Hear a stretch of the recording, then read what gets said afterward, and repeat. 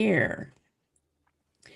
I don't know if the chat actually looks very different to me. What is going on here? Oh, there we are. I was in the wrong place. Okay. I will just, before I get into this, I just want to say hello to the early birds, not the early birds, the people who are right on time. So of course, this is episode 40. Oh, you know what? I forgot to ask you, how do you prefer to be addressed? Is it Angela, Angie, Ange, or what? Angela is currently what I prefer. Okay, so Angela it is. Yes. Okay, so Teresa is, and I don't know if Carol will be here or not, but Teresa is one of the moderators, and she does a really good job of putting links and so on in the chat so that people can, follow what's going on. Denise is here. Denise Gardner's here. Susan from I Turtly Love It. Oh, she lives, Susan was one of my early guests. She lives in Texas and she's saying, I'll stay as long as I can. Bad storms rolling through. Boy. So we are going to be getting underway shortly. It's really kind of scary to me. Like, I don't think in Canada we have to worry about weather killing us, but that seems to be a real risk for some of you Americans. I wanted to say that this is episode 47, and I have never before felt that I needed to, offer a disclaimer or say anything in particular in the way of a viewer advisory. But with Angela's permission, I am going to do that today. When I came up with the concept of these interviews, well, and to this day, the tagline is real conversations with real people. And I have felt the need to, to do exactly that, have real conversations with real people. I didn't promise people rainbows and unicorns. I didn't promise that it would be nothing but, laughs and giggles. Those of you who are regular viewers know that we sometimes cry, that we sometimes encounter people with painful circumstances in their lives.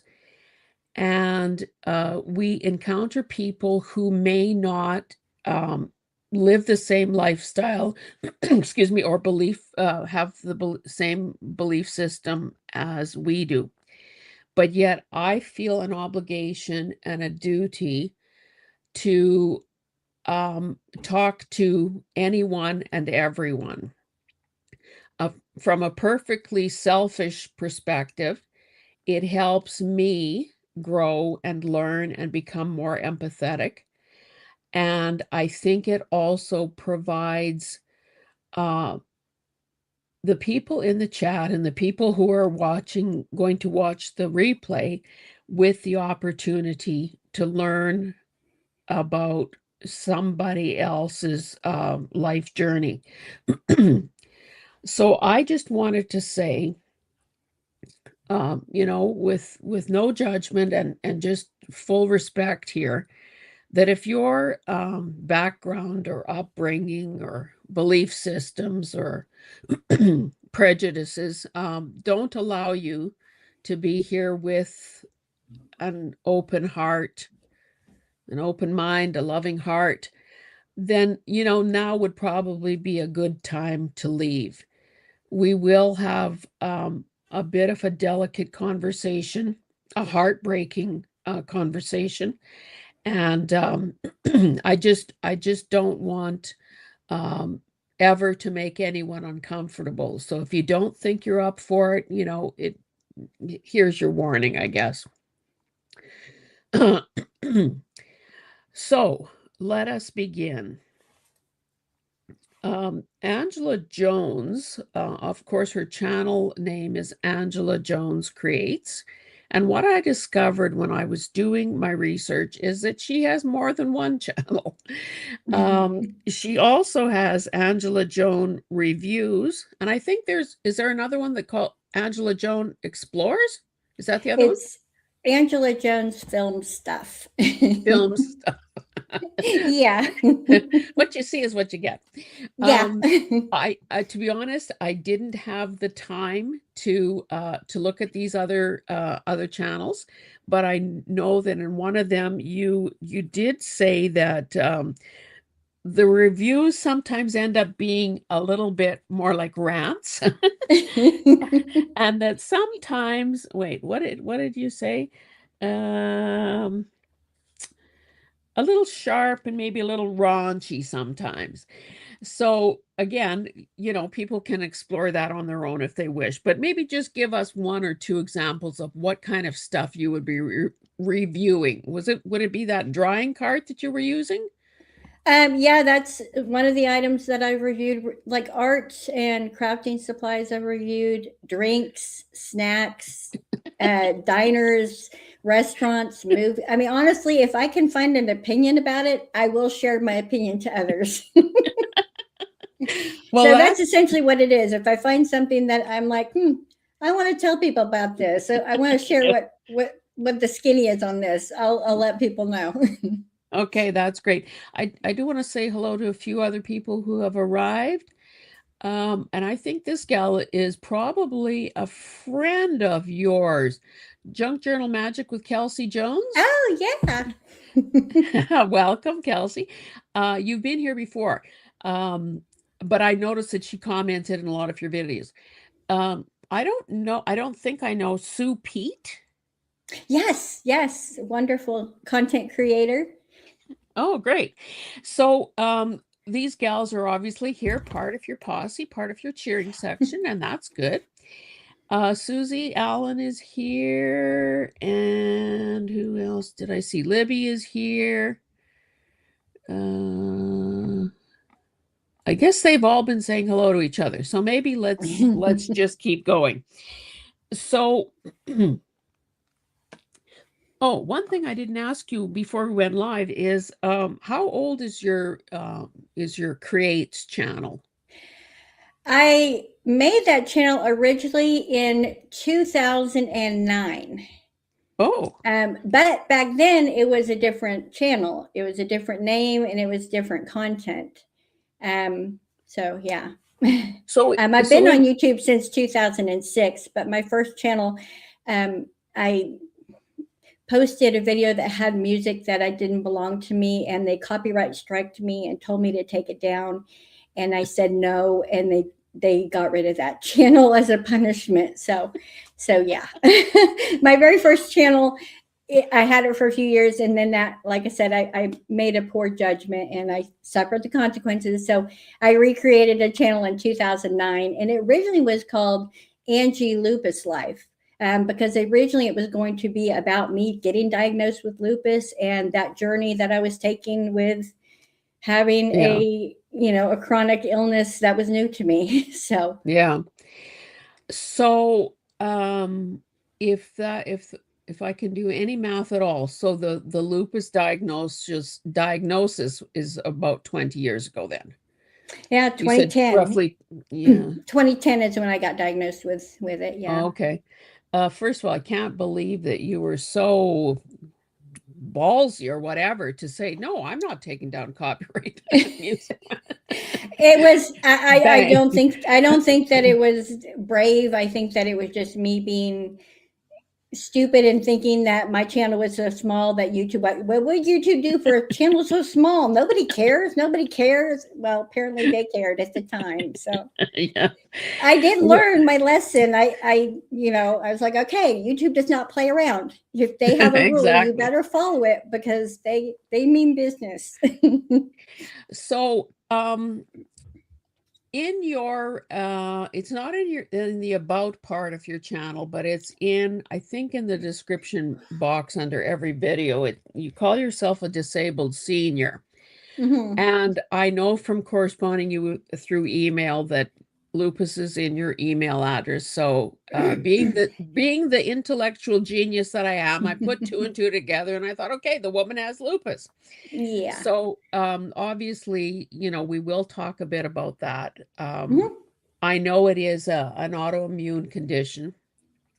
And as somebody who has, a couple of kids suffering with less, I would say, traumatic and dramatic um, autoimmune conditions as lupus, I know how frustrating and how demoralizing that all is, because typically there are no answers. Like, who can Yeah. explain why the body turns on itself? So, there is that component. But when we were talking before we went live, and I said, okay, so um disabled, like, so what are you talking about? Is the lupus what has disabled you? And then you rattled off. I couldn't write fast enough to write down all the other things that you mentioned that have contributed to that, that descriptor that you've given yourself of being disabled. um I just want to say, before we explore that a bit further, that if anyone was just tuning into your channel and doing a kind of a very I'm here for the content, a lot of your videos are really quite short, you would think, my goodness, this woman is so chipper, so cheerful, she breaks into song, she giggles and laughs a lot. But what I have discovered by digging a little deeper, and I do think it's, for better or worse, I do think it's a bit of a talent that I have for being able to read between the lines. I soon discovered that there is much more to you than this happy, um, you know, facade, maybe we can call it. I don't mean that in a derogatory way, or that you're trying to be fake in any way. I just mean that, there is more to you than that giggly persona that is visible. Yes.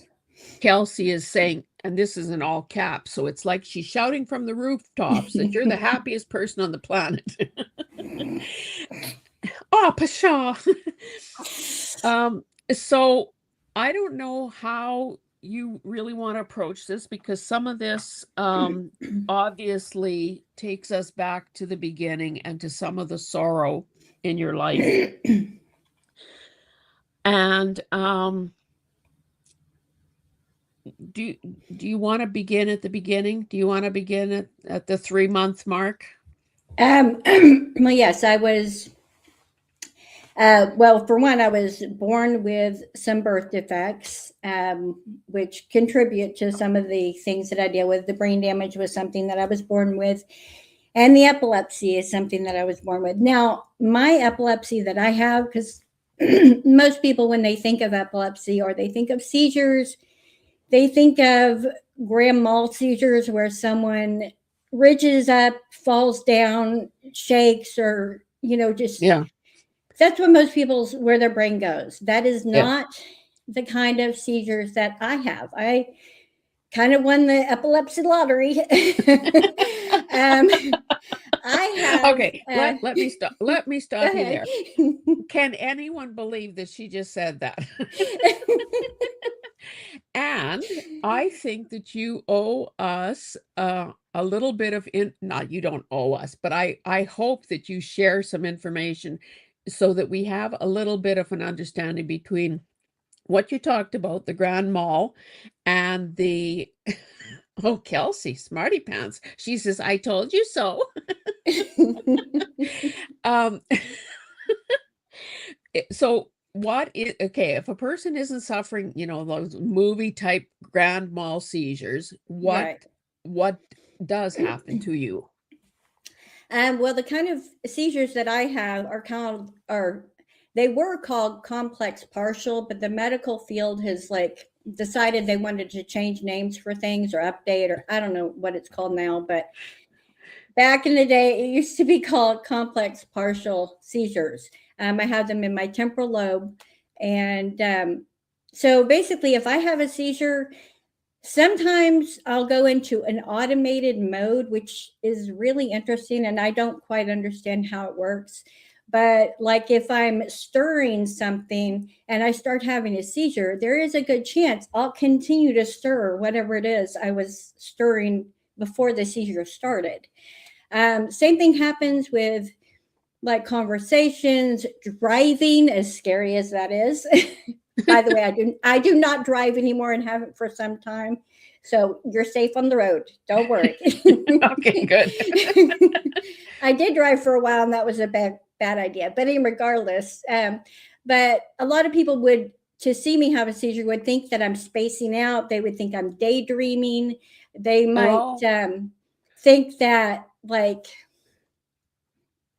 I'm frustrated or stuck because sometimes I'll pick up my clothes, smack my lips, repetitive motions. Sometimes I'll get up and down. When I was younger, I would remove clothing, which was problematic, as I'm sure you can imagine. Sometimes I'll lose my bladder. I'll become incontinent. I'll pee myself. Depending on the way the seizure wants to present itself in that moment is what I deal with in that moment. But it definitely does not look like what you would think of as what you've seen on TV and in the movies. So I could be having a seizure and the people around me not even realize that that's what I'm experiencing, which I'm sure you can imagine when I was a kid and undiagnosed, because I wasn't diagnosed with epilepsy until I was 19. Oh my goodness. Yeah. Before that, all of my problems were treated like I was having mental health issues. So that's how they were treating me for my epilepsy, because I was undiagnosed at the time. Yes. But can I just interrupt and say, how often would you have a seizure? And have you figured out what might trigger them? Yeah.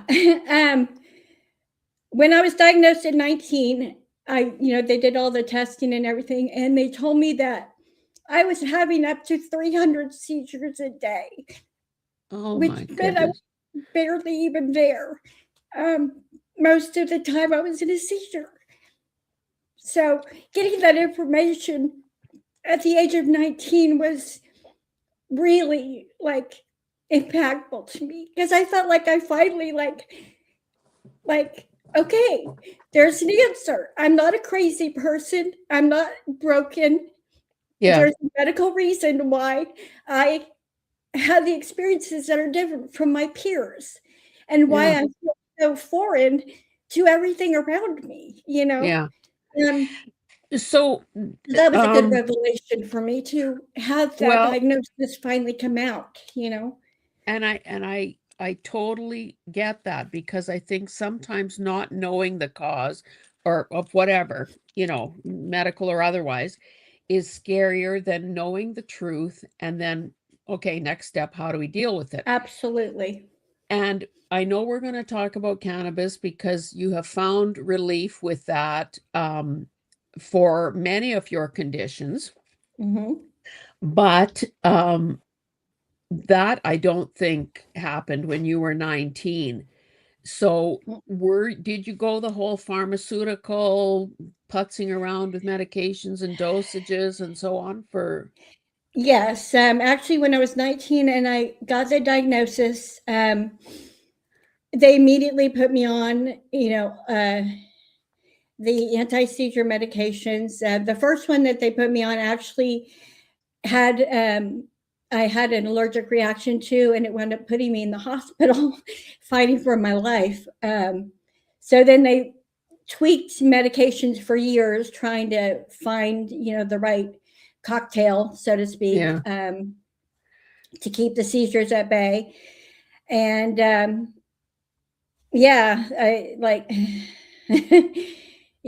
then of course, when I got diagnosed later on with lupus, I did the pharmaceuticals for that. I was diagnosed with lupus in 2010, and I got off pharmaceuticals completely for lupus and for epilepsy at the beginning of 2012.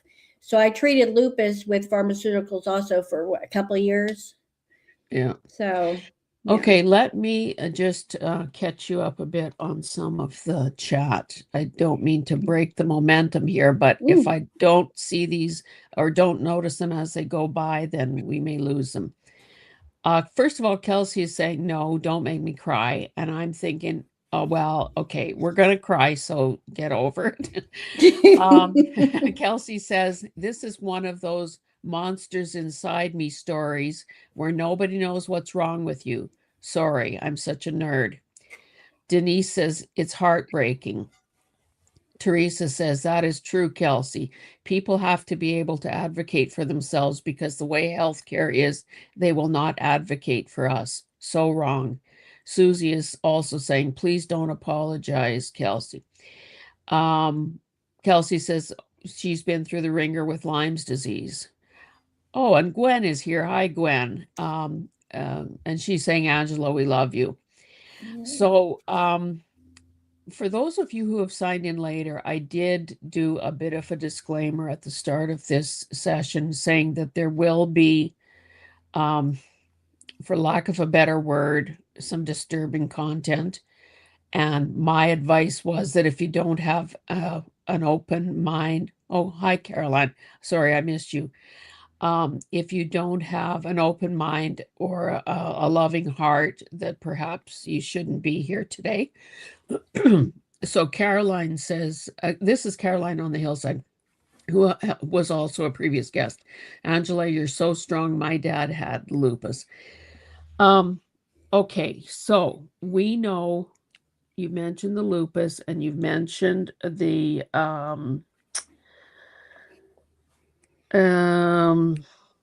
epilepsy. You've mentioned the birth defect, but there's more. You mentioned, you told me about cerebral palsy. Yeah, and about mild. a club foot. Yeah, mild cerebral palsy, which affects my gait, which I guess means like the way you walk or something. Which I mean, I don't know. I get from A to B. That's all I care about.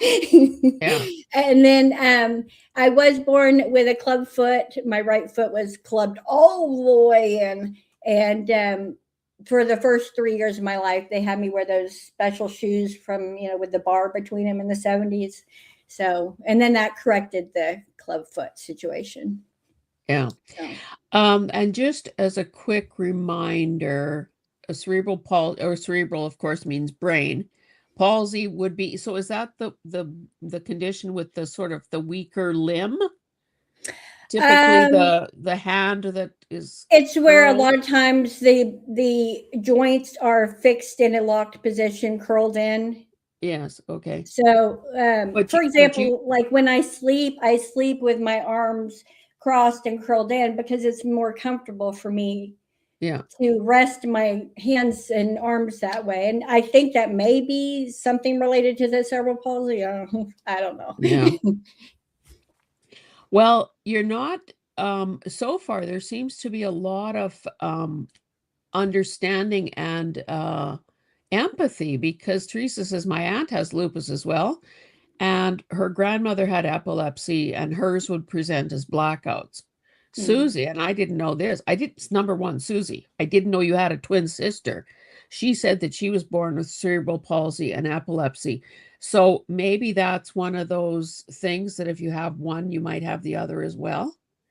Is it like I think that I think that a lot of my stuff, well, like the epilepsy, the cerebral palsy, the brain damage, all results from my natural mother being on 4 anti-seizure medications during her pregnancy.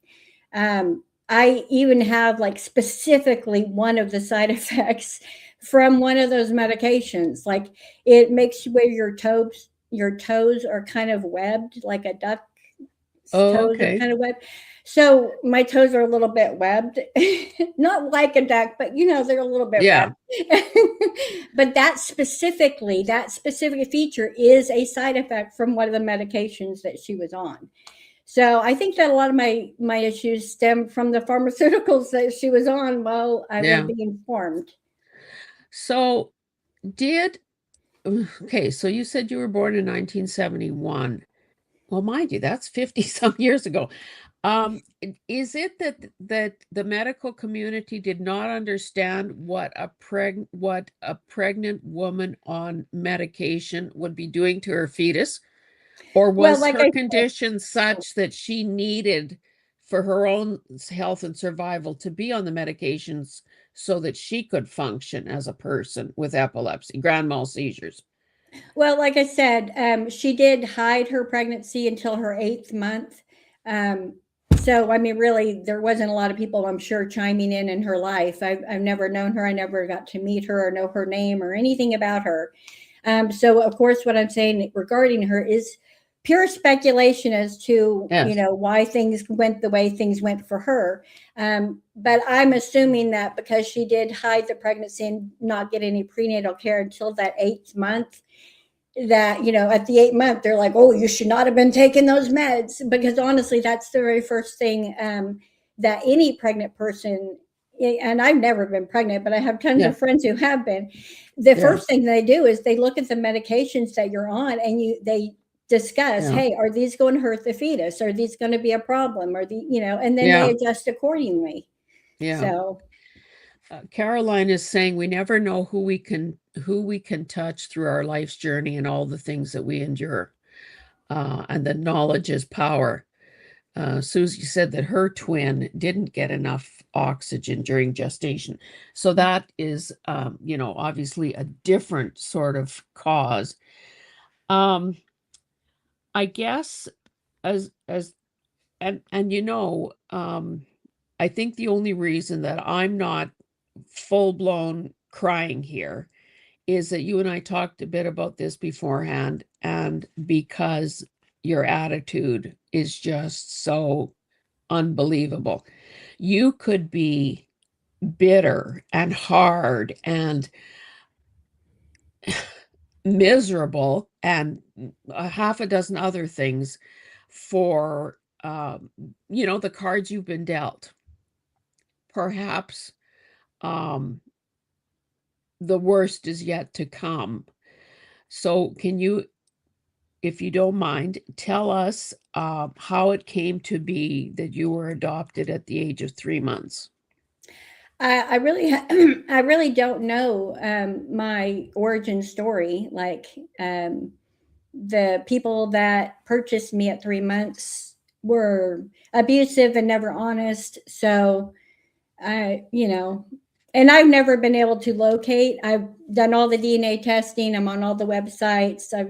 The closest I can come to a relative is a third cousin, and that just isn't close enough to get me any information, unfortunately, because I think that it would be, I mean, I think it would probably be healing in some ways, like emotionally healing, to have some information, Yeah, you know? yeah, But if I never get it, like, I've kind of gotten to the place where it's like, yeah, you know, I'm nearly 55. Like, if I never get it, I never get it. I can't yeah, like let that be a blockade in my future and me progressing forward with trying to, you know, heal some of the trauma that I've experienced. yeah. Um, do you know Maniac Grammy's Homestead? Yes, Brenda. Welcome, Brenda. Thanks for being here. And it's really nice that so many of your friends are here Uh, to support you.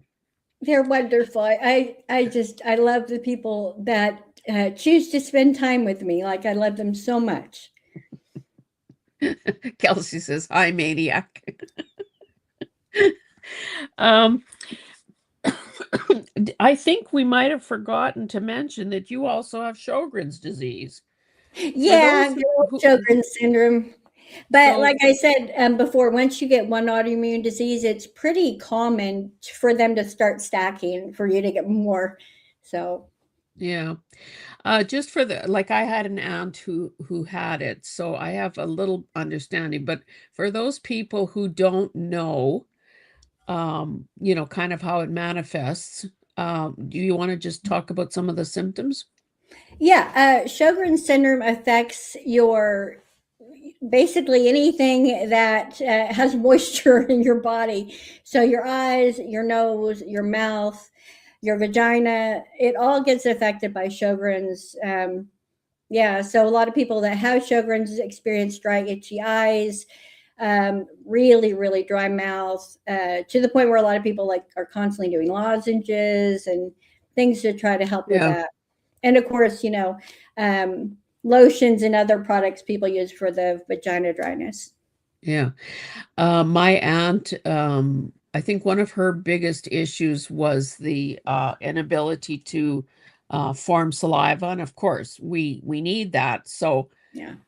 she she always had a flask in her purse. Now, no one ever checked the contents off it. I'm assuming that it was It was that, medicinal. That's all you need to know. It was yeah, medicinal. medicinal. I'm assuming that it was all water to, keep, because I mean, all we have to do is try to like when we have a dry, itchy eyes, imagine the discomfort and Yeah. imagine not being able to make saliva. So it's, again, a miserable thing.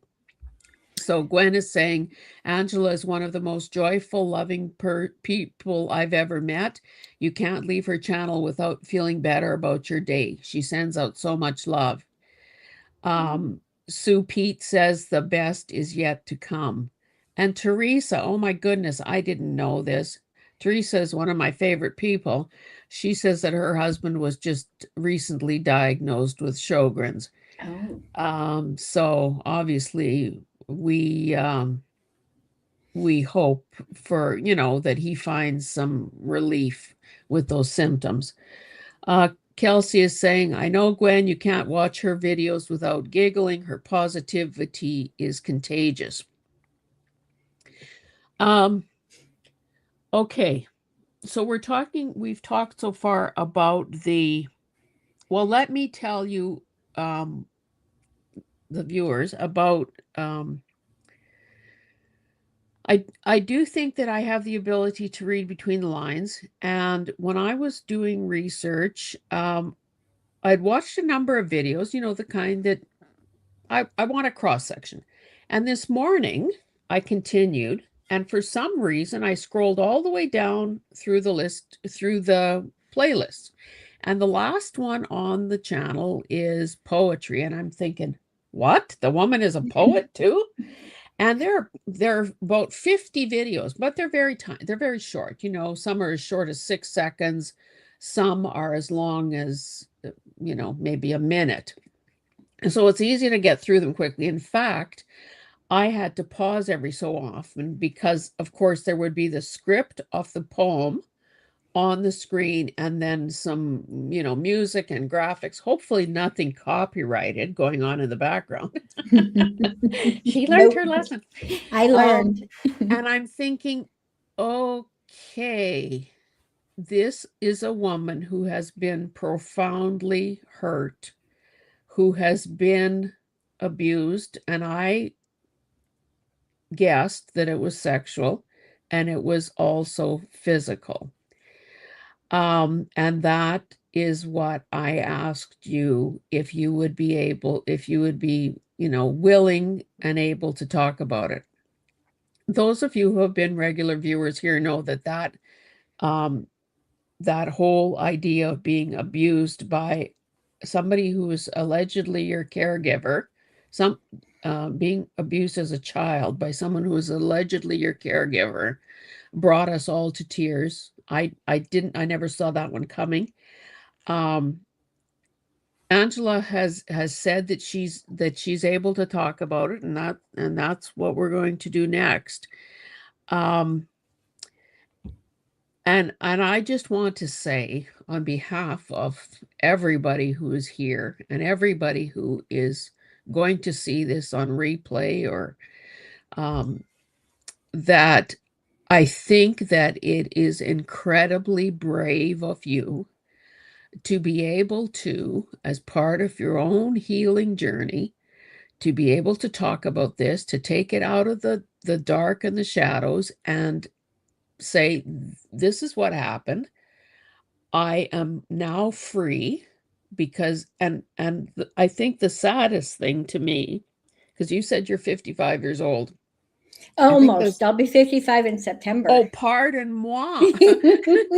You said that you are so here you are, almost 55, and you told me that you have only broken free, and free is the important word here, um, in the last 3 years. So that is one hell of a long time to have been suffering, and perhaps suffering in silence. And I don't know, I don't know details, but I just want to say that the fact that you, with the genetic the genetic start that you got, to be able to have the courage and the positivity and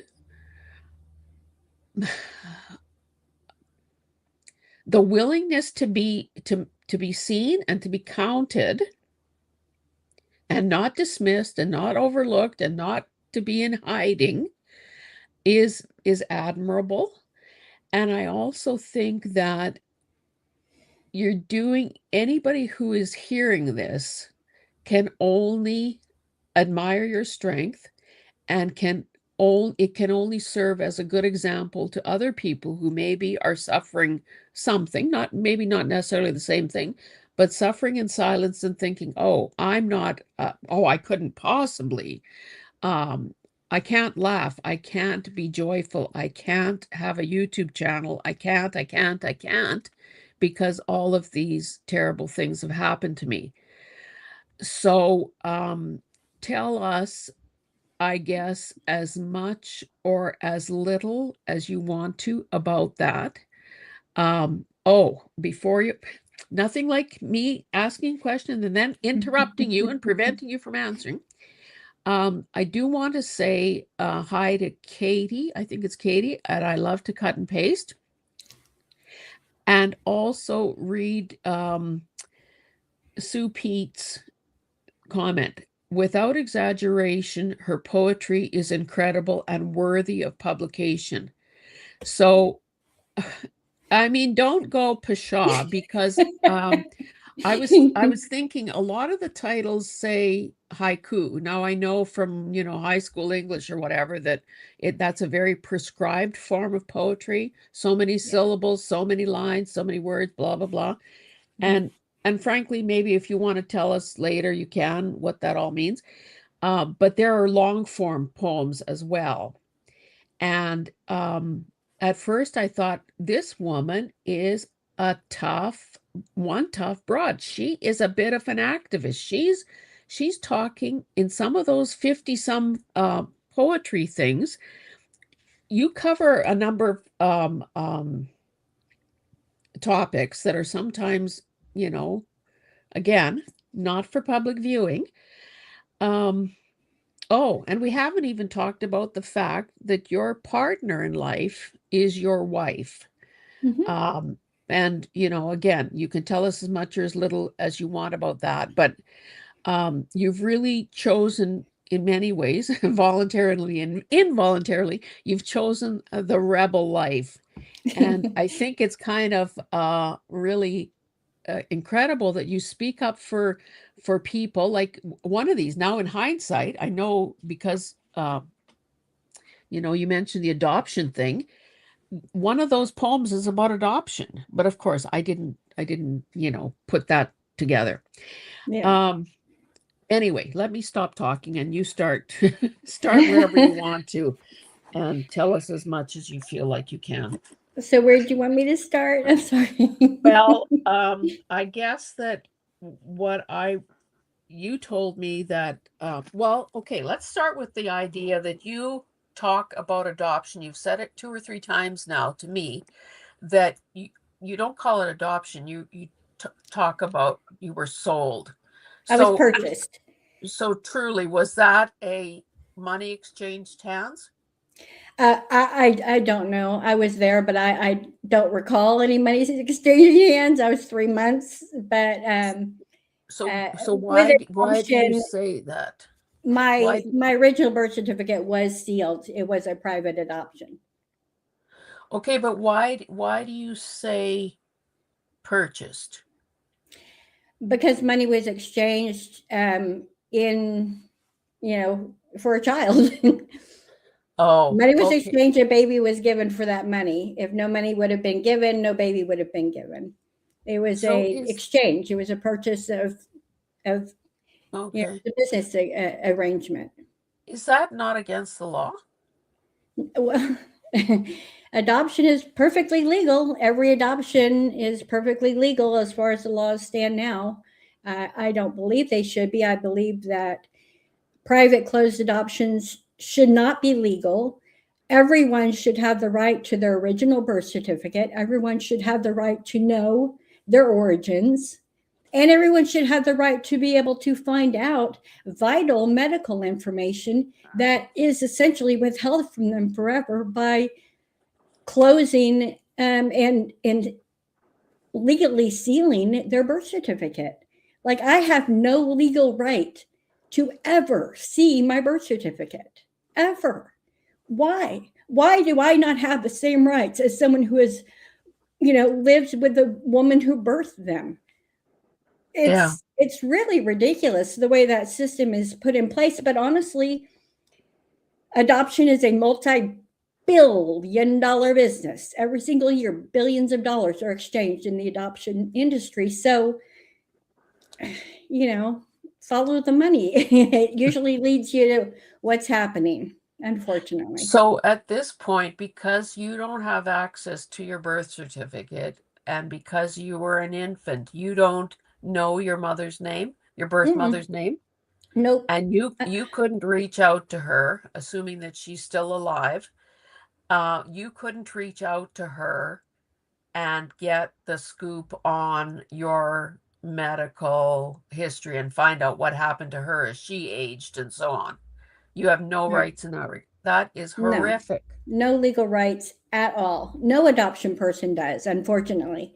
They take it into courts, and a lot of times their requests are denied by judges. And it's, I understand they don't want the waters, to get all wavy and mess up somebody's financial gain. But, we are talking about real people here. We are talking about real lives. We are talking about people's real information. I mean, like, Yeah. it's to me, it's ridiculous and silly for them to essentially perpetuate a version of owning a person because This- legally the people who purchased me had the legal right to do whatever they wanted with me with no repercussions at all. That's even like falsifying legal documents and such. I was told my entire life, up until I was old enough to get a DNA test, I was told that I was Czechoslovakian and Swedish was my ancestry. Okay, so my whole life I grew up thinking that I was these things, researching these things, trying to find an identity with these things, only to find out in the DNA test I'm English and Irish. It's like, yeah. it's ridiculous that if I would have had access to my original birth certificate, I could have found that out myself back in the Yeah. day, without having to wait for DNA to catch up, to my needs. And because this adoptive family ended up being um is horrific too hard a word. That's too light of a word. Um if these people had been different, they may have been able to give you some information about your birth mother. Like at this point, you don't know if you have any siblings or No idea. anything, and you've never found out through The closest I've ancestry found, or yeah, third anything. cousin is as close as I've gotten. Yeah. And that's just not close enough for those people to give me any information that can be useful or helpful to me. So you told me before we went live that you have only been free and clear of this adoptive family. And I don't know, we never got into what family is. Is that like a mother, a father, and other children, or was it just the parents or whatever? And maybe that Yeah. doesn't matter. But you said that you didn't get your freedom until 3 years ago. So um, why did it take that? I mean, I hope that's not an ignorant or insensitive question, but No. why did and along the way, I realized that you're probably living on a disability um, pension or something from the government, so I understand that money would be an issue. But were you ever able to avail yourself of counseling, or did you just sort of stiff upper lip and pulling up your bootstraps to the mental health that you have now? Like, did anybody along the way ever help you? Well, like I said before, the way that the epilepsy when I was a child was dealt with was it was ignored. Like I said, I wasn't diagnosed until I was 19.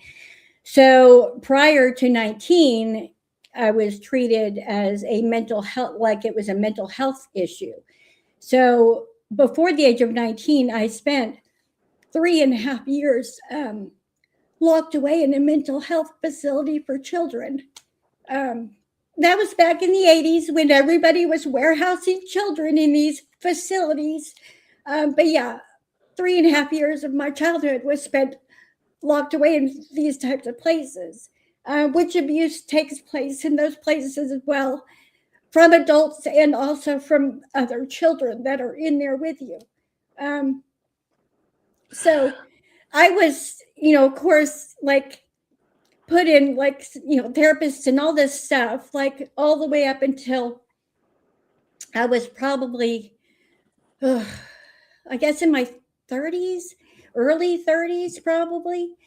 Um, but the person that I was always sent to was the person being paid and controlled by my abusers. So I couldn't be open and honest with anybody because, obviously consequences would ensue if that happened. Um, so I just hid within myself, focused on the things that I could control, and just tried to survive essentially. Um, my abusers wound up putting me in positions and situations where I was manipulated into signing over certain rights that I have to them. And it took that's what I'm saying, 3 years. It took a very long time for me to be able to fight for those rights that I had signed away unknowingly, and get control over not only my medical, but my financial and my freedom, essentially. But yeah, I mean, it's it's crazy that it took me so long to finally get free. But honestly, I thought I was gonna die trapped in it. I really did. I didn't know that I was ever gonna get out. I thought that that's like was gonna be my entire life. So the fact that I got out before, like I'm only 54. I still have so much life left. Like, yeah, 54 years, I didn't get to live the way that I would have wanted to, but I can now. And there's nothing that's going to stop me. So, like, you know, and if my journey can help anybody else to hang on, because believe you me, there were many years that I was doing self harm, where I was doing suicide attempts. Like, I've been through the ringer with it. And if I can hang on and find things that can keep me connected to life, to hope, you know, to the chance at feeling this kind of joy and this kind of freedom and happiness, then it's worth it. And I know that people that are really suffering, like sometimes, like you just don't think you can go on any further. But if you can just hang on for another hour, and then after that hour, hang on for one more hour, believe you me, you'll get through it. And then after you've gone through it, then you're like, holy crap, I am strong. I got through that. bring me anything and I'll conquer it. I mean, honestly, you will build yourself so strong if you just allow yourself the time and hang on, because it's so easy to feel desperation and to want to act out of desperation. And as someone who like has been there, done that, like I am glad that like none of my self-sabotages ever worked. I'm glad that I was able to continue to hang on until I got to this point. Because I mean, honestly, my life right now, and I'm not like trying to like brag or nothing, but like I'm on a mountaintop. My life is shining bright, and I could not be happier and feel more at peace and more whole in my life, you know. And I think part of that is because I've been through so much crap, you know. But I mean, heck, that's part of the journey. We all have stories that we've, you know, survived, and stories to tell that we've gotten through. And like I said, you know, that's why I was happy to do this, because if sharing anything can help anyone in any way, I feel like that's a win. I mean, that's a huge win, because I know there's many times in my life where just a small little phrase, a little comment, a smile, something helped pull me through that next hour, that next minute, that next, you know. So I don't know. You just never know when you can inspire someone, or you can be that little bit of shining light, that little bit of rope that someone can grab a hang, you know, hold on to, just to get them through, so they can be able to get to the place where I have found myself now. I I can I cannot believe this. I'm virtually speechless. But I think I want to I hope for my own reassurance and the people in the chat. Um, when did you, okay, I understand that 3 years ago you disentangled yourself from these demons. When did you when were you physically able to get away from the situation? Well, I've been, let's see, my spouse and I moved from Oklahoma, which is where all of those people reside. Um, no offense to Oklahomans. But when let's see, at the end of 2011, my abuser told me that because I had some issues going on with my lungs and stuff like that, and had some testing done. Well, they called me and told me that I had pulmonary fibrosis, which is a terminal illness, by the way. I did not have pulmonary fibrosis, by the way. I was told this by that person. I mistakenly took that information as truth and decided, well, if I am going to die, I'm not going to die in Oklahoma. I'm going to try to live the most I can and, you know, go out with a blaze of glory, damn it. You know. So my spouse and I hauled our butts to California so I could access legal cannabis and get off of all the pharmaceuticals that I was, you know, really being hindered by. I didn't realize it at the time how much they were hindering me, but yeah. So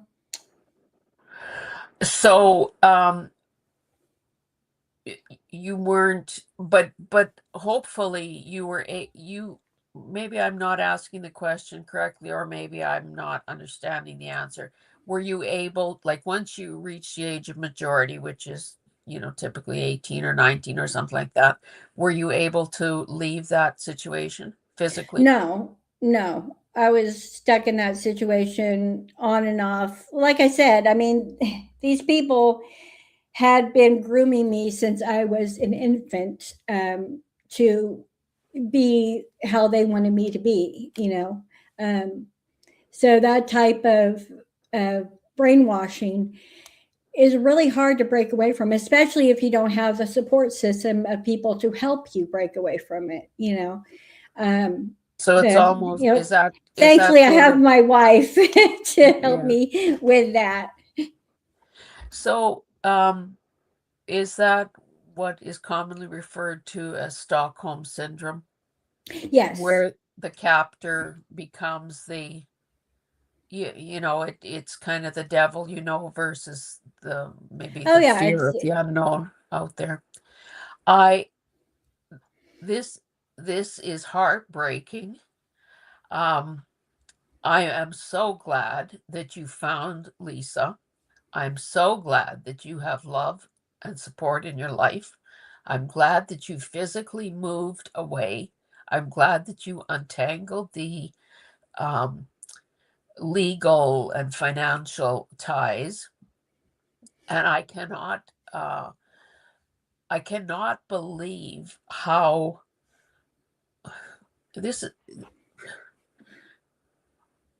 forgive me if this is awkward wording, but I cannot believe how whole you are, considering how you have been to hell and back. It is unbelievable to me how the human spirit can prevail. Uh I just I don't let me read some of the comments because people have been incredibly supportive. Mm.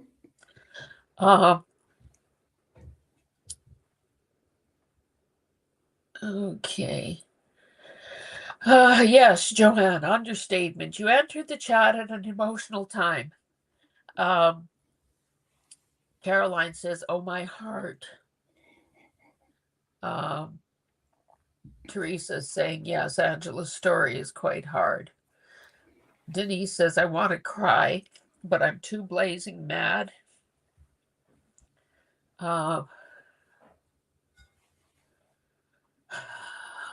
Susie agrees with that anger. Caroline is saying, "Yes, Angela, you are victorious. You're so, so strong. Angela, you're amazing." There's the heart emojis from Sue with the bandage and the Caroline, your light is so bright. Susie, God bless you. Angela, it seems that he has, and that I'm glad you're on top of the mountain. Gwen says, "I have no words, only emotions and love for our Angela." Katie is saying, "You are truly amazing." And wait, sorry, what is Maniac's first name again? Brenda? Brenda. Yeah, Brenda saying, "Angela, we love you and Lisa." Sorry, guys, for this snotty nose, but you know how when the tears flow, so does the nose. Yeah, it does.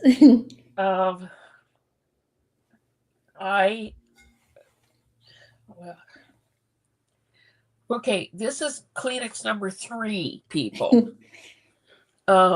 That should have been part of the disclaimer. Just, I think one final, well, I say final, but who knows? It probably won't be. What age were you when you were hospitalized?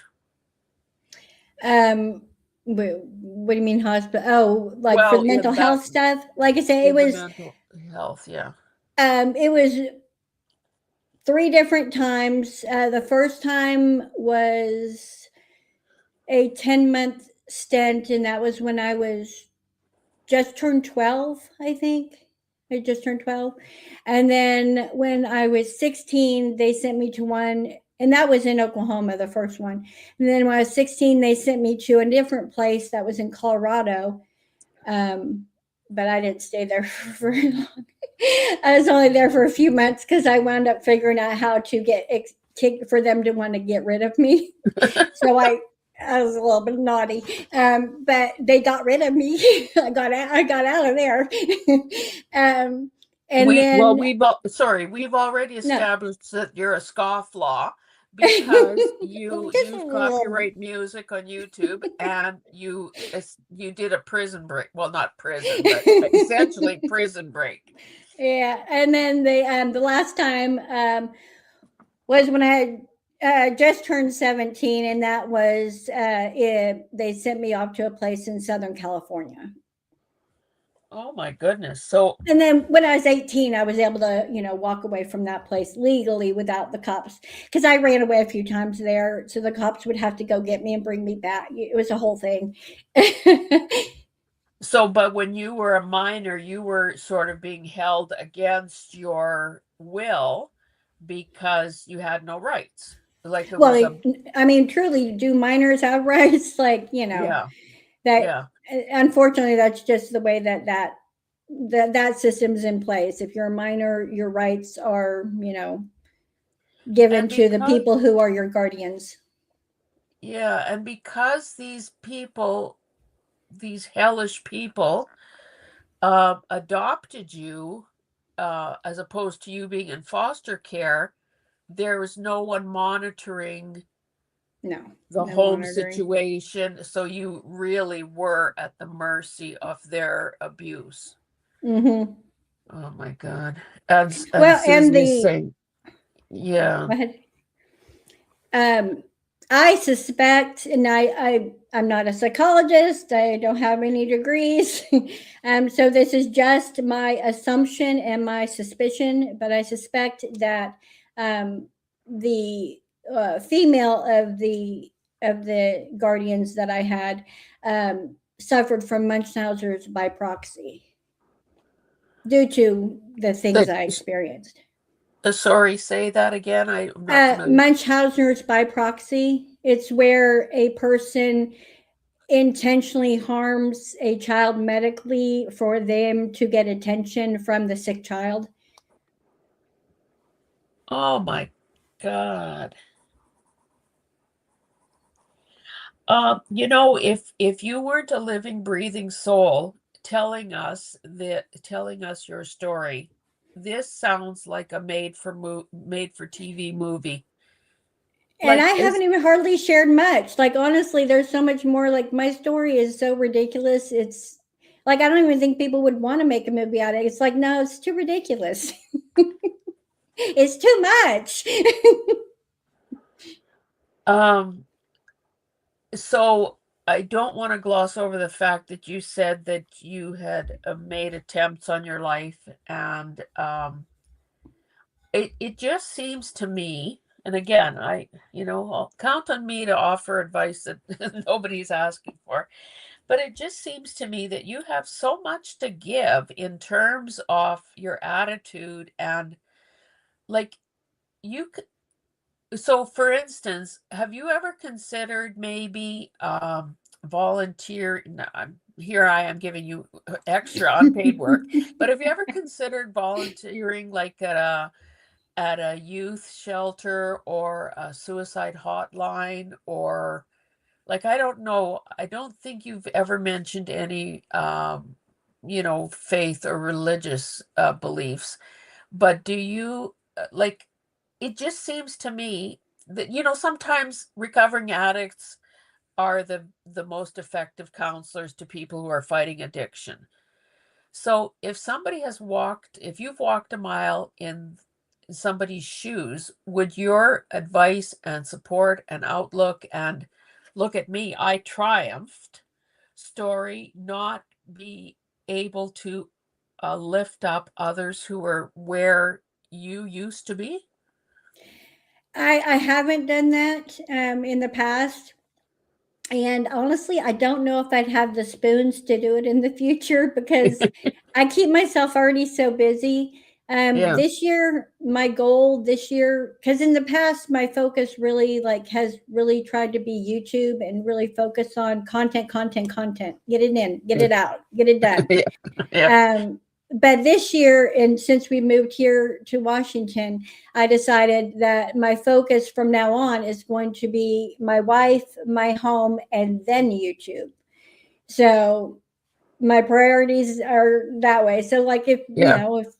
if I don't seem very active on YouTube, it's meaning I'm spending time with my wife or I'm working on stuff in the home. Yeah. you know. And certainly that is, we all get to decide, and that's the hallmark of freedom. We all get to decide how we spend our time. It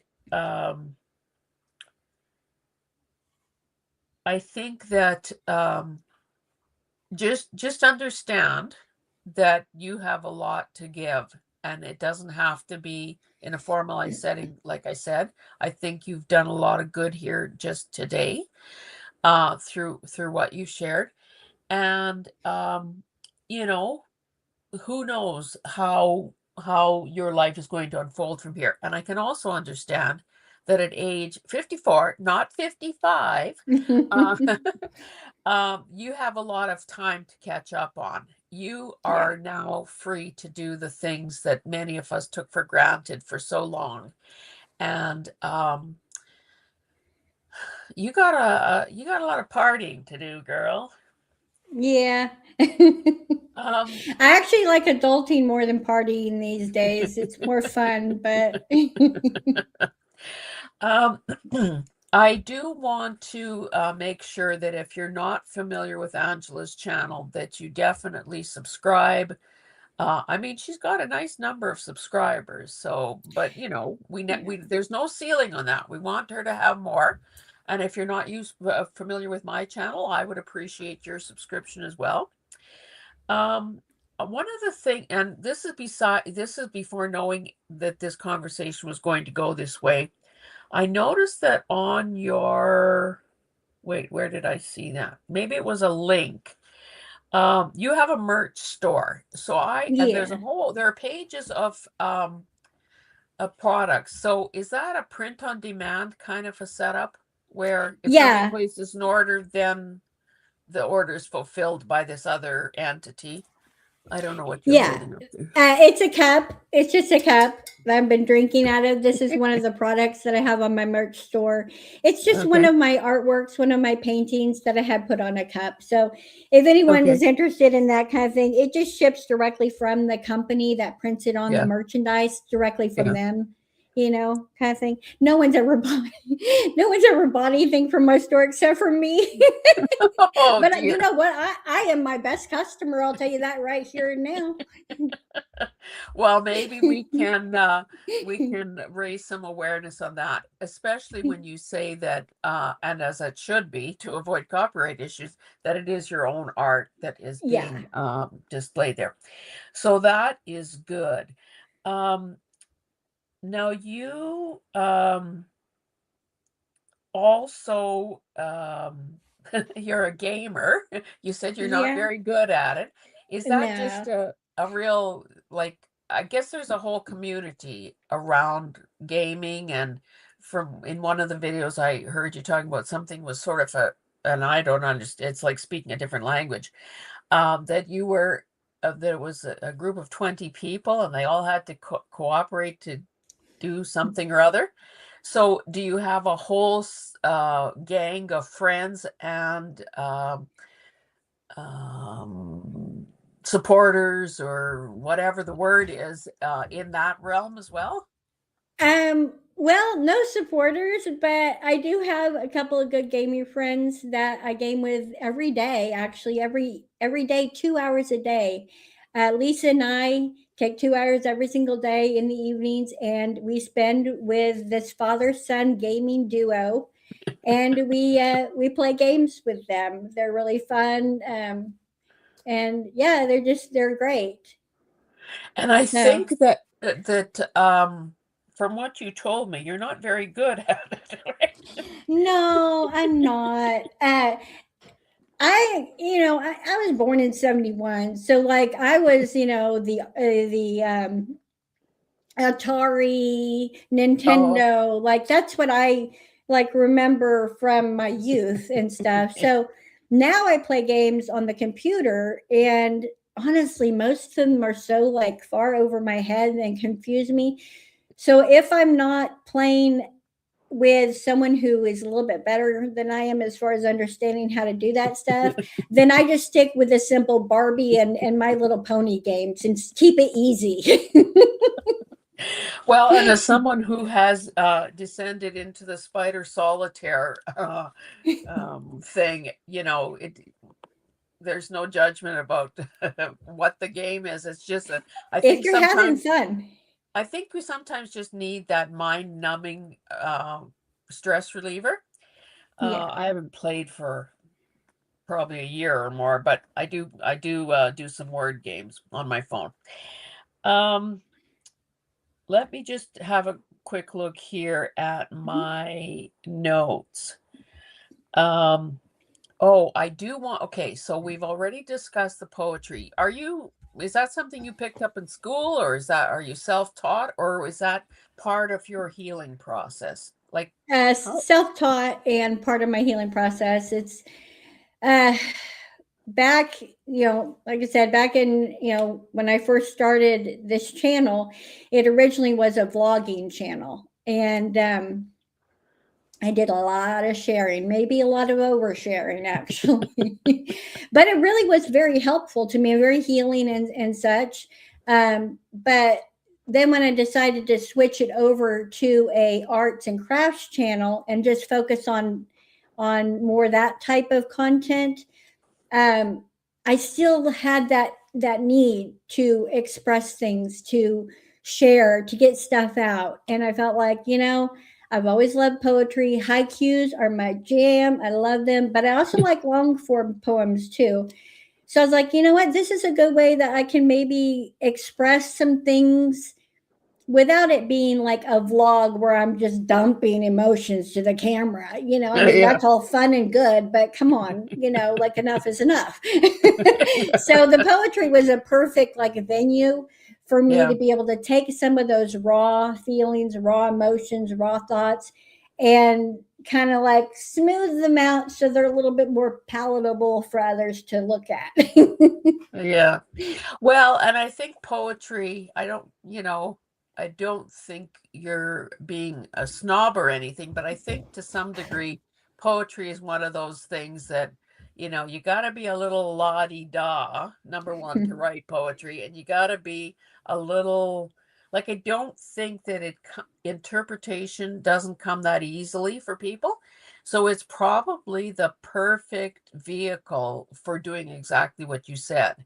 Because Yeah. if you were writing straight out prose that said, you would not believe the shit that I have lived through, then that's kind of right in your face. Whereas Yeah. what you're writing, like you said, is smoothed and polished and palatable for the Right. reader. Although some of the graphics that you use, there's a lot of gray and so on, and some of the background images.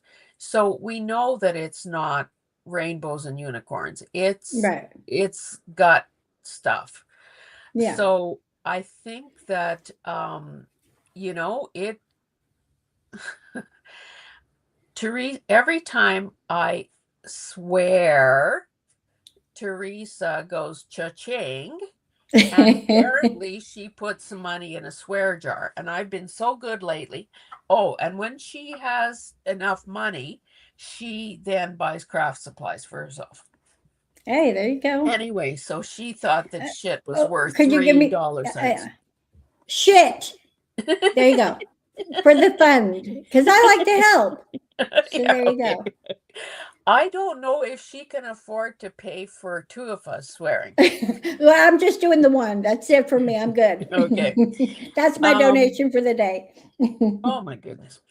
Okay, I also want to say hi to people who have come in during maybe the moister part of the interview. So um, Jonna, and who else did I see after that? Oh, Carmen's Crafty Creations. By the way, during my live yesterday, Carmen agreed to be an upcoming guest. So thanks for showing up here. Carmen, I'm still waiting for your email. Just saying. Um,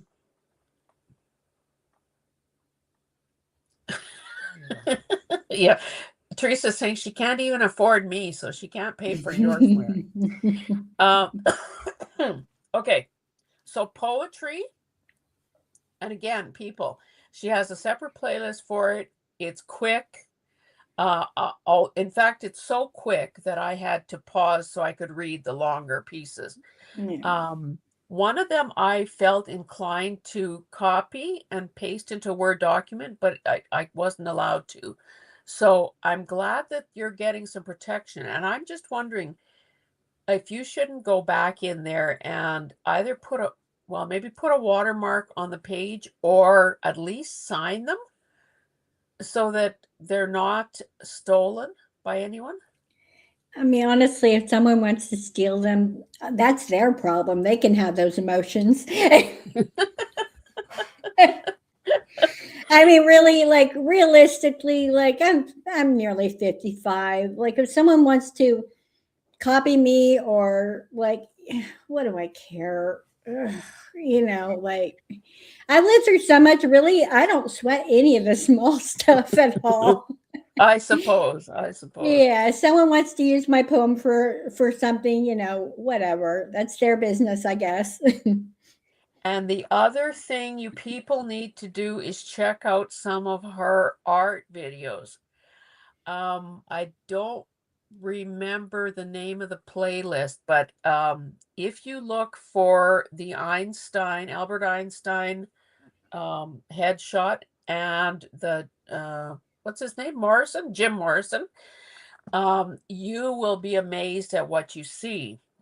And the video quality is really pretty crappy, and we Yeah, discussed this beforehand and really. why it is the way it is. But I'll tell you, I was watching her do this Einstein portrait in India ink with a dip pen, and I thought, I cannot see any pencil marks on there. I can't see that she's using a light box. How the heck? I could see that she was occasionally, maybe waking her computer up or whatever to probably look at a photo reference. And then there was something else that I saw. So I said, what was that gizmo that you were using? I thought it might be a hookah pipe. Well, it turns out it was a bong. And that led us down the whole cannabis hole, rabbit hole. So tell the people how you have found relief for all your physical ailments. Well, yeah. Well, I was a recreational cannabis user at the age of 16, so smoking occasional joints here and there. But then in 2011, right before I was lied to about the pulmonary fibrosis diagnosis thing, I was watching videos on YouTube and I came across some lady on YouTube who was saying that she had lupus and she was juicing raw cannabis plants, the leaves of the plant, and drinking the juice, and that was helping her. I was like, well, I like juice. This sounds great. So we moved to a legal state, California. I became a medical cannabis patient in California. I got off the pharmaceuticals, all the pharmaceuticals for lupus, all the pharmaceuticals for epilepsy. I was on 13 different medications. And yeah, went right into cannabis oil. And that is, I mean, just like any kind of plant, it has oils in it. Plants all have oils and liquids and juices and stuff. You squeeze them hard enough, that oil gets extracted as one way to do it. So yeah, the cannabis oil is what I started taking to treat my medical conditions, and I've had incredible success. I mean, so much so that my peers who have similar medical issues that I are a little bit jealous that they can't use it the same way that I do because they would get high from it and they wouldn't be able to function. Whereas due to my brain damage, I do not get the psychotropic effects from THC. I just get the medical benefits from cannabinoids. So yay. I thought that was worth sharing with everyone because we know that, yeah, medicine is viewed as a blessing in some ways, but we also know that it comes at a cost because you're ingesting something that is not natural, and quite often the side effects rival or equal whatever the heck it is you're trying to cure. So the fact that you can have the healing benefits of cannabis without getting all the negative Yeah. behavioral things happening to you is truly amazing. And I think we've gotten to know you well enough this evening to see that it's obvious you're obviously thriving. Yeah. There have some new people have arrived. So Cynthia, welcome. For anyone who's come late, if you want a 3 Kleenex tearjerker, restart at the beginning. If you want to learn about this remarkable woman, start at the beginning. Tony from Tony's Magical Arts and Crafts is here. I thought I saw someone else. Okay, I mentioned Carmen. There are a lot of hearts and smiley faces and other welcoming emojis. So, welcome, ladies. Okay, so poetry, art, there are watercolor videos as well, but I was especially okay, so you now, of course, because you use somebody else's photo, you cannot sell those Yeah. ink drawings. But have you done others besides Einstein and Morrison? Yeah, that was actually in 2013 is when I did all those when I was living in San Diego, California, and an apartment all by myself. I was for until my wife joined me because she had to go back to Oklahoma to help with family stuff. But so yeah, 8 months there all by myself. It was a whole situation, a whole experience. But yeah, I dived into pen and ink. I thought it would be fun, and so I did a whole series. I did Jim Morrison. I did Martin Luther King. I did the Dalai Lama. Oh I yeah. did. I was probably like I don't know. I think I did like seven or eight of them, and then I think like a year after I did them, I wound up doing a giveaway on my channel, and I gave them all away. What? The Jim Morrison one is in New Jersey with a YouTuber that lives in New Jersey, and I think the Dalai Lama one went all the way to Italy. Someone in Italy won that one. So yeah, I gave them away because obviously, um, You can just that's do them not again. my that's not my stuff to make profit off of. So Yeah. yeah.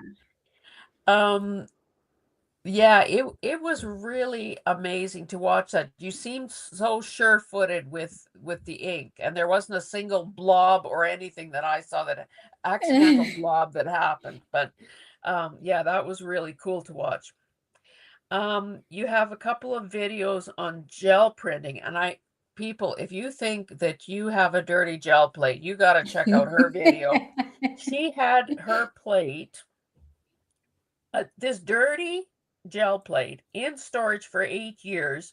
She pulled it out and was able to pull some prints. So, and I think you said that you had gotten that thing in 2013, and I'm thinking, okay, so Yeah. maybe I don't feel so bad about having that stupid cinch machine that I can't figure out how to use, because you sat on your gel plate for longer than I have been sitting Yeah. on the cinch.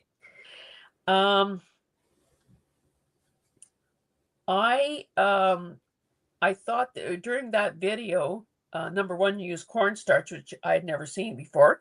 You were also pulling prints on boxes of packaging, like cookie boxes and, Yeah. from different, well, just product boxes. Yeah. So I don't, maybe you had a video about it and I didn't see it or whatever, but what do you, when you pull a print on something that heavyweight, what do you do with it?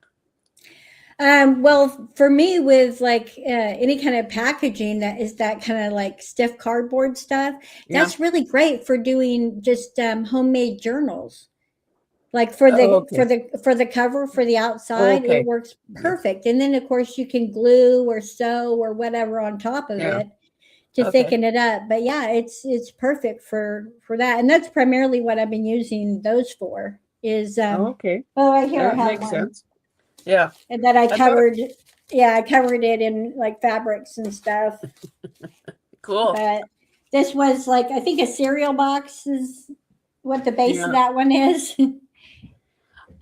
I also thought it was kind of clever that you used one of those bubble wrap bags and had your hand in it to, just move around the plate and make the marks that way. That seemed like a neater and cleaner way to do it.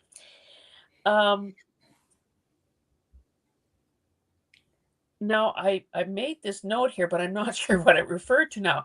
At one point during the gel printing, you said, why treat it like it's so precious? You can always get more. So I don't know if you were referring to the paint, maybe? Because Probably you were, to the because, boxes, I'm guessing. well, I don't know, because you were also cracking open these brand new tubes of paint and Oh, yeah, that could be. yeah, I don't know. I lost track of that. Um, And in between, for your videos, as I said, tend to be quite short, but in there, you often have a bit of a life, not maybe lesson isn't the right word, but an observation. So some of the things that I wrote down are beauty. Like you said that beauty is as a result of our choices, our actions, our behavior. It's not an external thing. And I took that to mean that, yes, there are some pretty people out there, pretty faces, pretty bodies, whatever.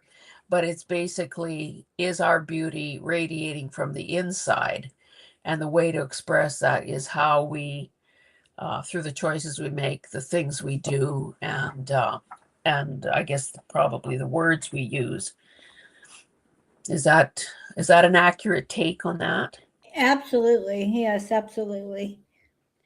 You also said you're not afraid of exploration and looking at diversity, and that you create a backstory when you're creating.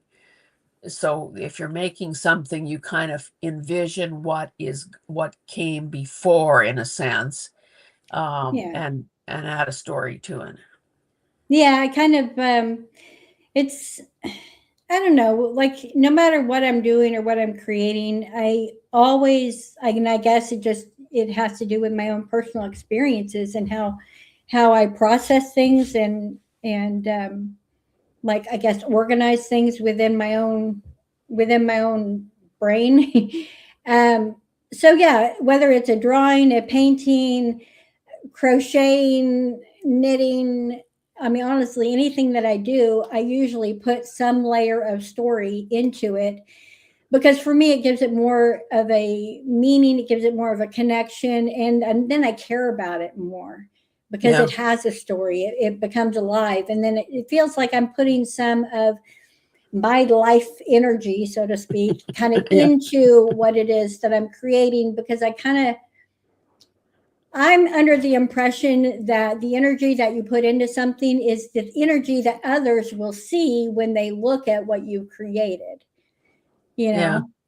So yeah, I try to make sure and put a lot of energy into things. Even like postcards and letters, a lot of times I will show my postcards after the fact, do a little video clip of it, but I won't actually show you me making the postcard and mm, painting it yeah, because like as I'm doing it, I'm talking to the postcard out loud. I'm putting thoughts, energies, feeling into it because I'm hoping the yeah, receiver will feel that, not just see it and be like, oh, that's pretty, but like, ooh, there's some energy here. They put some life into this thing.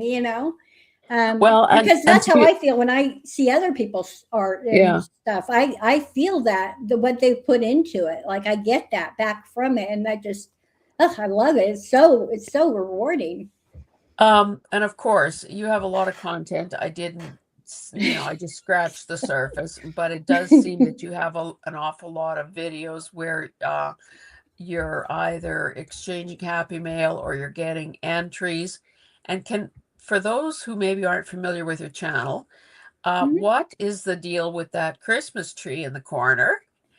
And Yeah, the that's happening. celebration tree. Okay, what are you calling it? It's the celebration tree. Okay. It's a way for me to celebrate things in life I want to celebrate. So I decided that instead of just doing it for me and myself and just having it a private thing, that I would make it to where my channel participates in the celebration. And then if they want to celebrate, they can. If they don't, that's that's their business too. Yeah. My first celebration tree was a celebration of love, and that went for a few months. And with that celebration, I have a giveaway to where people can send in an entry and it goes up on the tree. And then at the end of the celebration, the winner's chosen, and and then we get ready for the next celebration. So currently, we're in the middle of the spring flowers celebration. So Okay. we've got all kinds of beautiful flowers that have been sent in and created for the giveaway. And yeah, so far I'm loving it and having fun. And it seems like others are really enjoying it as well. So clearly, because it's still going on, anyone can jump in at any point. As long as they follow the rules of their entry, then absolutely they can be included. Oh, well, that's awesome. Kelsey is saying, I love the postcards. I love mine. And Katie is saying the celebration tree is just awesome.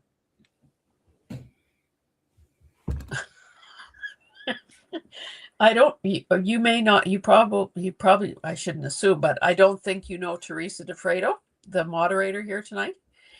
She does not have a channel, but she's Yeah, very if she doesn't have a active. channel, I'm probably not familiar with her, I'm guessing. But I'll read you this and you'll get an idea for who she is. My mom used to put up the Christmas tree before Halloween. She used to say, I'm the only person I know who has to dust my balls. Hey, at least somebody's doing it, right? Nobody wants dusty balls. No, Exactly. ma'am. Tony is wondering if you can give them a hint about the next celebration. No. How do you like that for short and sweet? The reason why I can't give a hint about the next celebration is because I actually have two different ideas of what I want the next one to be, and I haven't decided which one yet. So that's why I can't, because I don't know yet. How long do these things typically last? I'm trying to have them be around 3 months or around that period, 3 to Okay. 4 months. So that way people have plenty of time to participate. And that way also I have time to enjoy the tree. Okay, I think I maybe missed something along the way here. Um,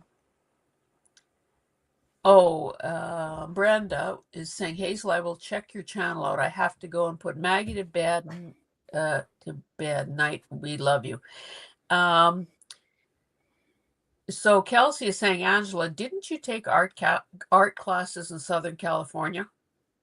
For the 8 months that I was in San Diego, I went to the San Diego like art school, or what, a school of art, I don't know, whatever it is. I took drawing 101, and like I think I took a total of like 3 classes in that, where it was like I went like twice a week in the evenings. But yeah, I think I took like 2 or 3 drawing classes. Oh, great. So Yeah, so Tony's getting a bit of razzing. Nice try, Tony, like getting you to spill the secret. yeah. Okay, Kelsey is saying, Angela, you should have a favorite animal tree. Lots of critters to surprise you. Because I You do never know. notice that you do have several pets, right? Or dogs? No, I Oh, did have a little chihuahua named Lucy, but she passed away last spring. oh, I But see. yeah, Lisa and I right now, we're just kind of on our own. And honestly, right now at this point in our life, with everything that like I'm trying to do with gardening and art and just so Yeah, many things, yeah, really, I don't think it would be fair to have yeah. a pet. But we do pet sit. We're getting ready to pet sit next week, all week long. A cute little dog and a cute little cat. Okay, well, that's good. Um, so, okay, we've talked about the haiku and long form poetry. I was kind of on the kick here about some of your different bits that you have said. I mean, the things you have said regarding, you know, kind of maybe a hint about your life philosophy. You said that ugly and bad are not synonyms.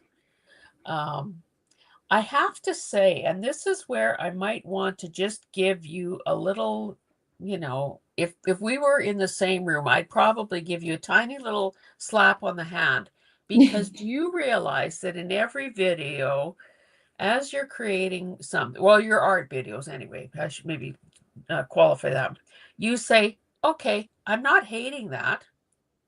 That's not terrible. That seems so harsh, talking about your own work. Could you not say, hey, I love that? Or I probably could say those things, but then that wouldn't be me being true to myself. but isn't it, words have power.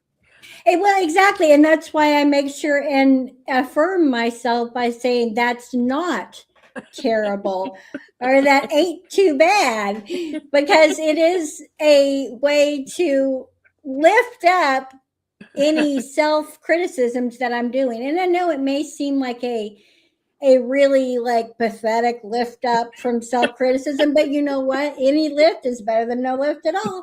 Well, yes, true. Um, yeah, it's just that it's coming from, it's phrased in the negative. But if it's working for you, then hey, go for it, girl. You also said in one of the videos that that we all have fear, and that if somebody is thinking that, maybe considering maybe one strategy for trying to overcome some of that fear would be to turn the camera on while they're creating, just for the heck of it, and that there is no pressure or no need to post it ever, or then. But it just would be a way to maybe make a person feel a little braver. Do you have anything to expand on that, or like what made you say that? Well, I feel like a lot of us get to a place in our lives in when we start maturing and getting into adulthood where we lose the sense of whimsy and play, where we just don't make sure and incorporate that into part of our daily life, which I really feel is essential to happiness and well-being in general, is to have whimsy, to have play as part of whatever that may mean to each individual. um, but I think that by doing something like playing YouTuber or playing reporter or playing famous actress, turn on the camera and play. You don't have to upload it. You don't have to watch it. You don't have to do anything with it. Yeah. But using your imagination, allowing yourself to play, allowing yourself to make believe. I mean, make believe is not just for children. Yeah. I mean, my goodness, we all do a lot of make believing these days just to survive from day to day with all the craziness in the world. Yeah. So I feel intentional make believe, intentional play is something that turning on the camera can actually help with. It makes it more of a focused activity, and that can really sometimes help give someone a feeling of security. Just because there are, you've got a camera, okay, you have to press on, you have to, press the record button, you have to make sure that it's in focus and stuff.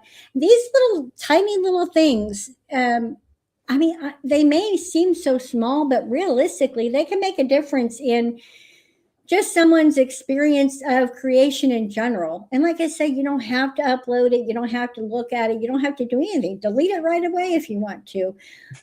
But you may decide, let me upload it, see what happens. I mean, Yeah. it's free to make a channel. You just need an email address, which we all have, Yeah.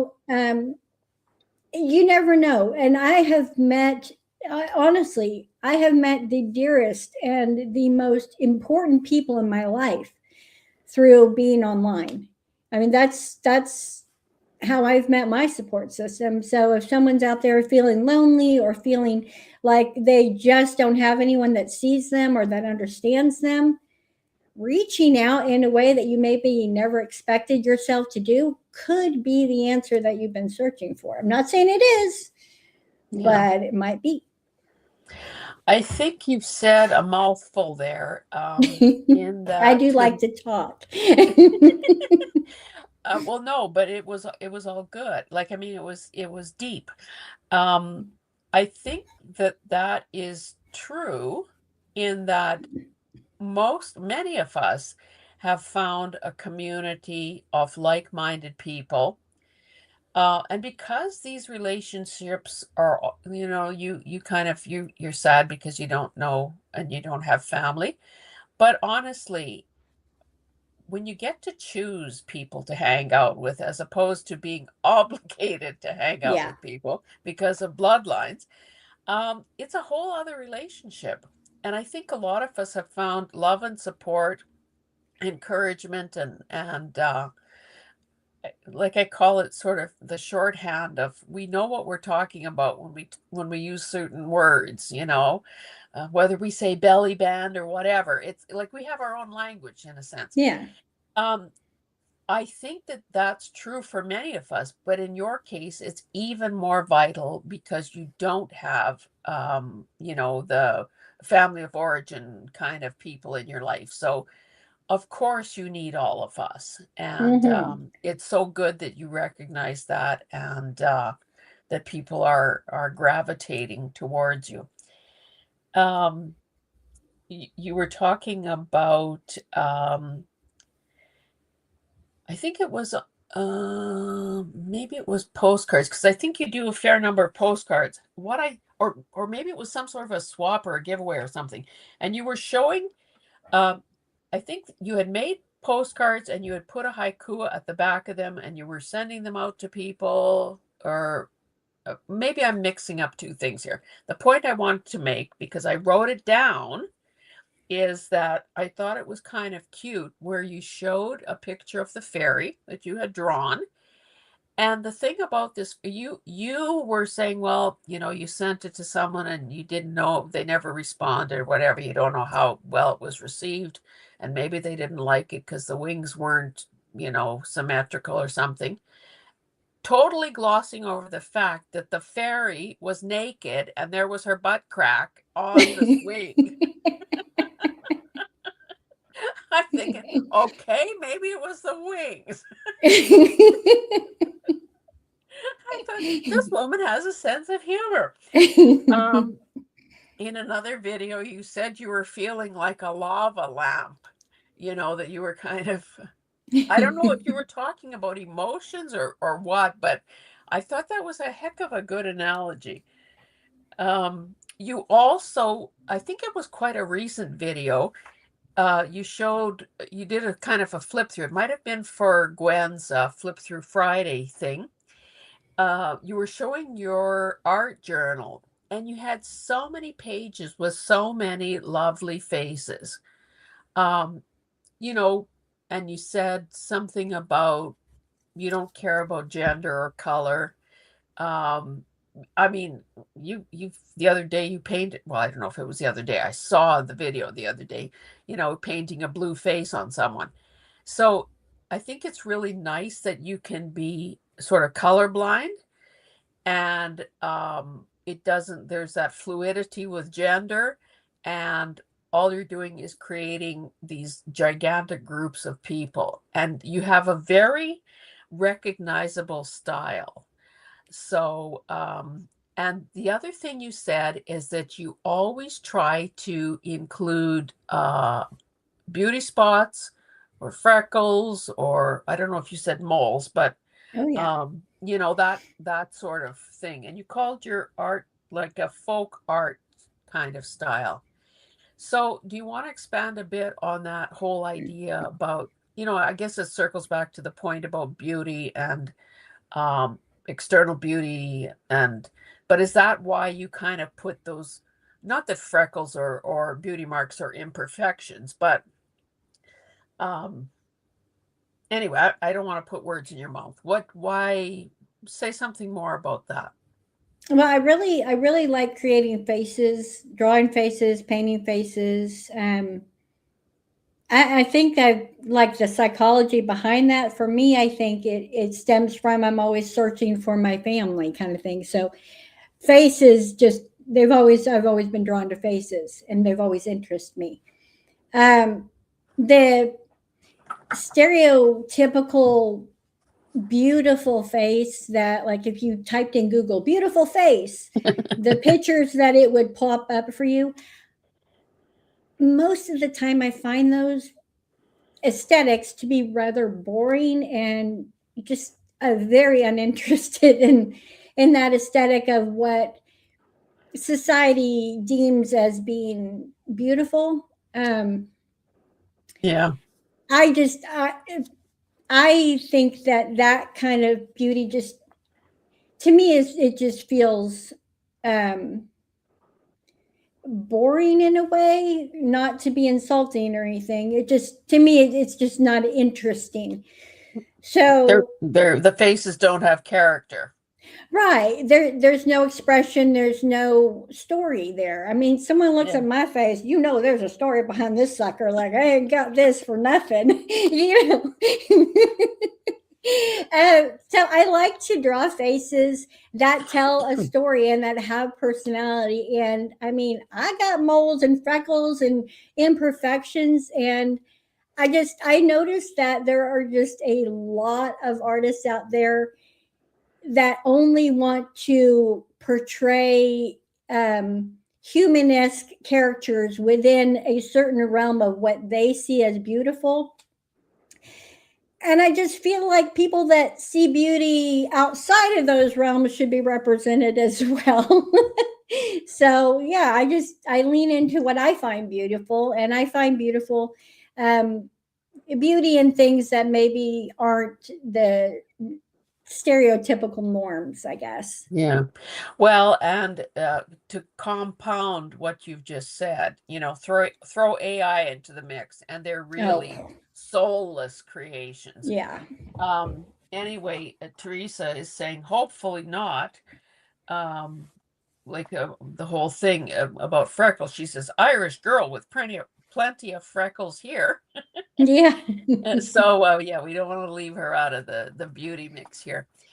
Um, why is my mouse not act? Why is my mouse acting up here? Okay, Cynthia's saying, and Cynthia, of course, came in, later and missed some of the early stuff, but she says that she loves your outlook and personality. Kelsey is Aw. saying, I'm sorry I have to go. Excellent interview. Thank you, Hazel and Angela. Kelsey, it was great to have you here. And of course, you have a standing invitation to become a guest as well. So, you know, write to me, people, write to me. Um, so, geez, we're approaching the 2 hour mark. So I think we should probably start winding down with some of the typical questions that I asked. We've covered a lot of uncharted ground here tonight. And Yeah. again, I just applaud your courage Mm. and the attitude that you bring to um, living out the rest of your life from 55 onward, 54 and a half onward. Tell me, this is a question I always ask. Are you an introvert or an extrovert? It depends. It depends on the situation. I mean, really, I'm not one or the other. I'm both. It really Okay. just depends on the situation, where I'm at, who's with me, who's around, how I feel. Like honestly, it just depends on the details, but I am both. Yeah. Great. How do you feel about the color purple? And I mean the color purple, not the movie. I love both. The color and the movie. Oh, I see you're being difficult here, eh? Have you ever in the past, or do you currently have a word of the year? Some people make that an annual practice to pick a word. I have noticed that a lot of people have done that, and I think that's actually really cool, especially when they incorporate that word into the projects that we see them doing. I love that. I think that's just like, ooh, call back to the word. I love it. But no, I don't have a word. That's okay. How do you, and I think I can almost guess the answer, but I'll ask it, as this is one of the more recent questions I've added. How do you feel about getting older? Or I what's love the it. best part of getting older? Um, I honestly, and I know this may be a weird answer, a weird way to answer, but I kind of like the fact that the older I get, the more I'm not really that seen when we're out and about in the world. Like I'm more invisible now than I've ever been before. And I'm assuming it's due to my age. But I actually like that. It makes me feel a lot more safe and secure, feeling like that I'm not really being seen. And like I said, I know that is kind of a weird answer because, but yeah, I think it's one of the perks of becoming a little old lady. You get to hide. You just be like a little, fly on the wall. Um, I I I hear you, and I would go so far as to say I agree with you. And I also think that maybe it allows us to get away with murder in the sense that we get to say things that our younger selves probably never would have, Yeah. you know. So I think there's freedom in that as well. Hmm. And are there um I've also started asking people if there is anyone in your life or I mean in your, your inner circle or your YouTube life or anywhere. Well, no limits, dead or alive, who has that you regard as a mentor or somebody who's positively influenced you either as a person or as a YouTube content creator. Um, yeah, I would say, I mean, definitely my wife is always been someone that I feel like, is always inspiring me to just strive to be the person that I want to be and live the life that I want to live. Her unconditional support and love, like, there are no words for, how impactful those things are to me. Of course, there have been many, many wonderful YouTube friends that I've made along the way. Honestly, I wouldn't want to try to name them because I'd Yeah. be scared that I'd leave somebody out and I'd feel horrible. But they know who they are. They know who they are. I text with them, and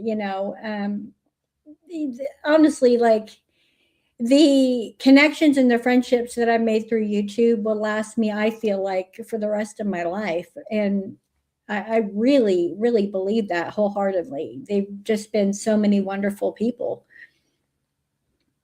That's a lovely answer. And a butt covering answer, frankly, Well, but that's good. got No, I to keep totally it get it. safe. Like Don't like want to like forget how anybody or. yeah, yeah, no one wants to hurt anyone's feelings by accidentally forgetting them. Yeah. Um, so I think that it's I've never I mean we've mentioned Lisa a few times tonight. How long have you guys been together? Over 10 years. Well, let's see here. Over 15 years now. Yeah, almost 20 years. So yeah, we're like 18 years now or something. So almost 20 years. Yeah. Getting there. Yeah, I think you're obviously very lucky to have someone to love and someone who loves you, because honestly, when it boils down to it, algorithms, subscribers, watch times, and all of that means squat in the big picture. Oh, Hmm. one other thing I wanted to say before we leave is that I noticed in the description box under your videos, you say that your channel is not monetized because Correct. a lack of watch times. So all of us that have channels know that it is, a combination. It's a secret formula of subscribers and watch time and so on.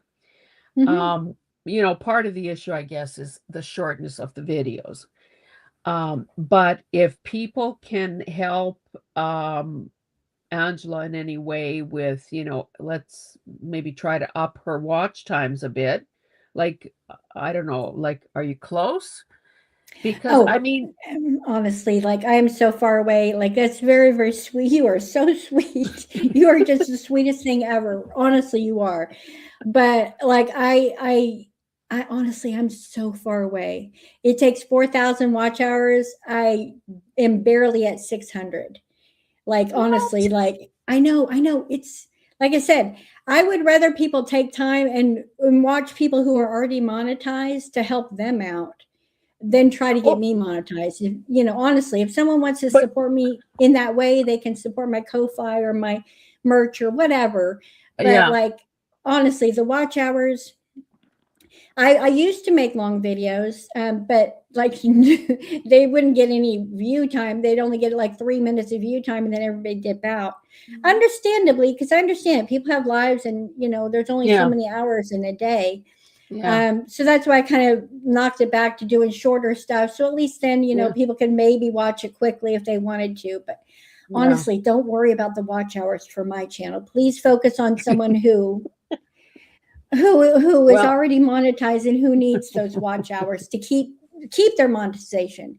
Because even if I got it, I wouldn't be able to get the views to keep it. So you know what I mean? Like, well, I mean, never say never, and don't underestimate how impactful this interview has been. And that's not a backhanded way for me to compliment myself or this series, but truly you've made the difference with your attitude and your honesty and your your bravery. And I know I'm starting to sound like a broken record. For any of you who came in late and didn't watch this, please check out the replay.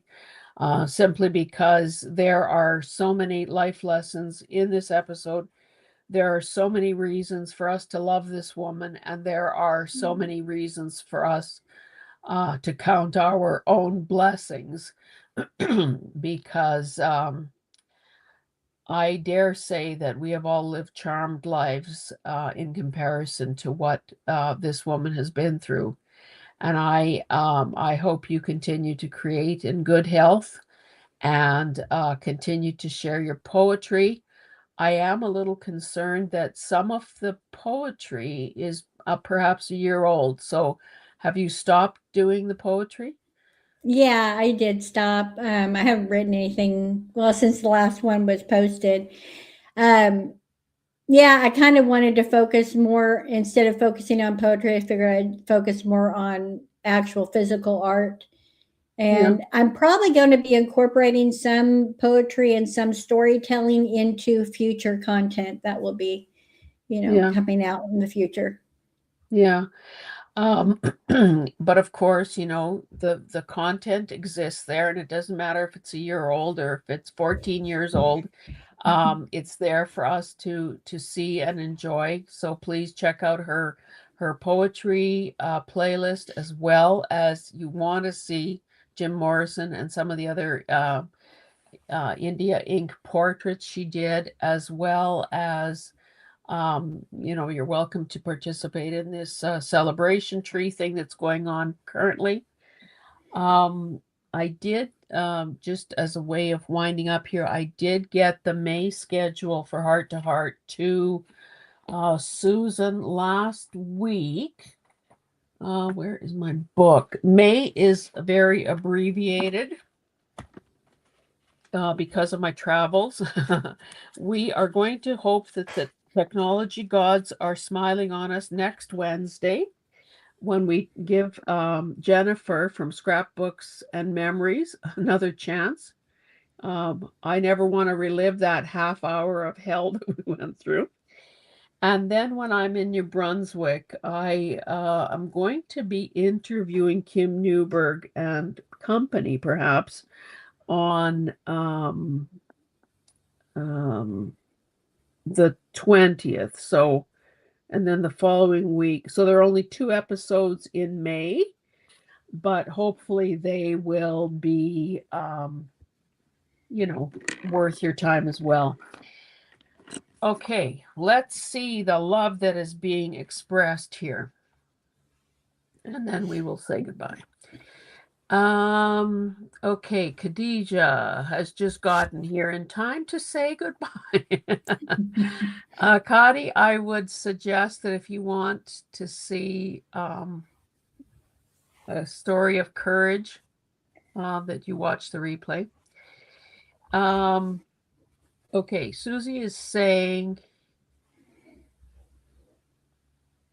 oh, did Caroline leave?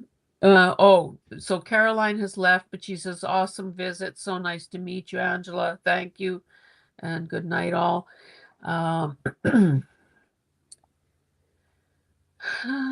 Susie, this has been extremely enlightening to the two of us.